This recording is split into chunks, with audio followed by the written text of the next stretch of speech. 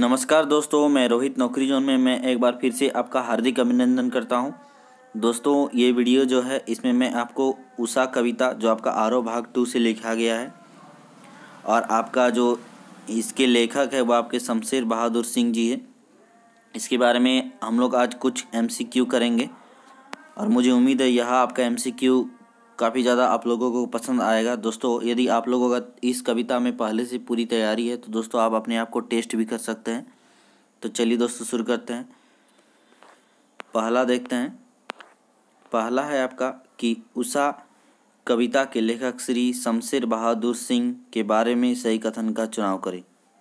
ठीक है, आपको सही कथन का चुनाव करना है। पहला कथन देखते हैं। पहला कथन है, शमशेर बहादुर सिंह जी का जन्म 13 जनवरी 1911 ईस्वी को देहरादून उत्तर प्रदेश में, अभी जो है देहरादून आपका उत्तराखंड में हुआ था।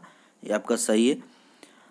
अगला आपका ऑप्शन है, इनका निधन जो है आपका 12 मई 1993 ईस्वी में दिल्ली को हुआ था। दोस्तों कथन सही है। अगला है आपका, शमशेर बहादुर सिंह जी ने MA की जो पढ़ाई आपका इलाहाबाद से की है। दोस्तों ये कथन भी आपका सही है।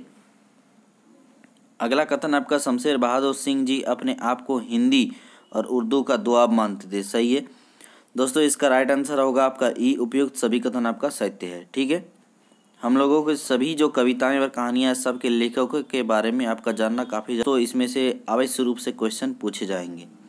ठीक है, अगला आपका, कविवीर जो आपका शमशेर बहादुर सिंह जी को निम्नलिखित में से किस पुरस्कार से सम्मानित किया गया था। तो देखते हैं। आपका कबीर सम्मान से सम्मानित किया गया था। दोस्तों साहित्य अकादमी पुरस्कार से भी सम्मानित किया गया था। दोस्तों इसका आंसर जो होगा वह आपका होगा दोनों C। ठीक है, अगला है आपका कि निम्नलिखित में से आपका शमशेर बहादुर सिंह जी की प्रमुख रचनाएं कौन सी है। तो शमशेर बहादुर सिंह की जो प्रमुख रचनाएं उनके बारे में हम लोगों को बताना है। पहला देखते हैं, चुका भी हूँ नहीं मैं। सही है, ये रचना है। अगला है आपका, कुछ कविताएं, ये भी है।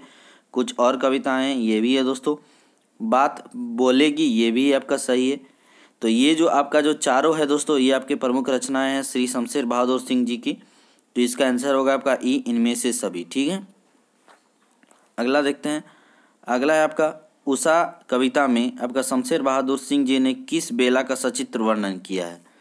तो आपका जो है दोस्तों इसका आंसर है, आपको पता होगा यदि जो है आप कविता सही ढंग से पढ़े होंगे। इसका आंसर आपका सूर्योदय जो आपका के पूर्व की बेला का आपका सचित्र वर्णन किया है। उस समय जो सूर्योदय के पूर्व की जो बेला होती है उसे हम लोग उषा काल कहते हैं। ठीक है,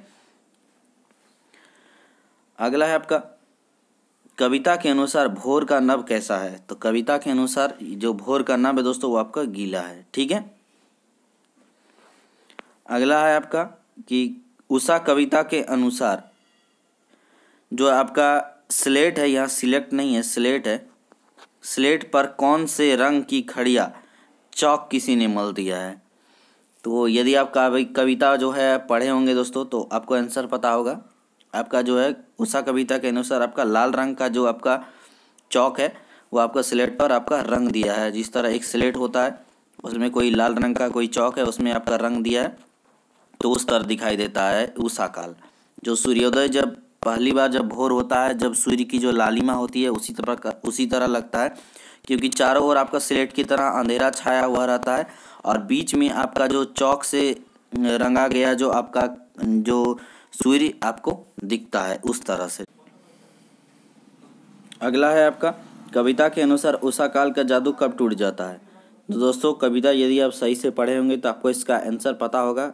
तो कविता के अनुसार उषा काल का जो जादू है दोस्तों वो आपका जो है सूर्योदय के होने पर आपका टूट जाता है। ठीक है, अगला देखते हैं। अगला है, निम्नलिखित पंक्ति को पूरा करें। आपको यहाँ पर पंक्ति दिया हुआ है, कविता का लाइन दिया हुआ है, उसको पूरा करना है। दोस्तों इस प्रकार से क्वेश्चन आ सकते हैं, या फिर कोई भी कविता को जो है उससे कोई 2 या 3 पंक्ति आपको उठा के आपको दे देगा, पूछ देगा, बताइए कि यह आपके किस काव्यांश से लिया गया है। तो दोस्तों एक बार 2 बार रीडिंग आप लोग कहानी जिस तरह रीडिंग कर रहे हैं उसी तरह कविता को एक बार जरूर पढ़ ले अच्छा से, ताकि आप लोगों को यदि इस तरह से क्वेश्चन पूछा जाए तो आप लोग उसको अटेम्प्ट कर पाएँ। ठीक है दोस्तों, तो देखते हैं आपका पंक्ति क्या है। आपका, नील जल में किसी की गैर झिलमिल खालिस्तान जैसे हिल रही हो।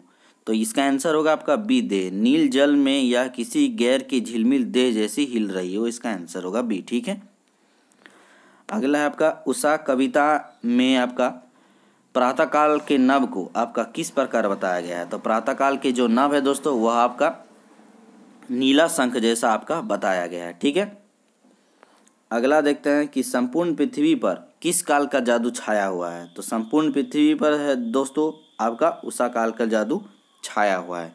तो दोस्तों इस कविता से इतने ही आपके क्वेश्चन बन सकते थे। ठीक है, और मुझे उम्मीद है आपको काफ़ी ज़्यादा अच्छा लगा होगा ये वीडियो। आप दोस्तों अच्छा लगे तो प्लीज़ लाइक करना ना भूलें। आपका लाइक का आपके रिस्पांस का काफ़ी ज़्यादा इंतज़ार रहेगा। तो अभी के लिए धन्यवाद दोस्तों। ठीक है।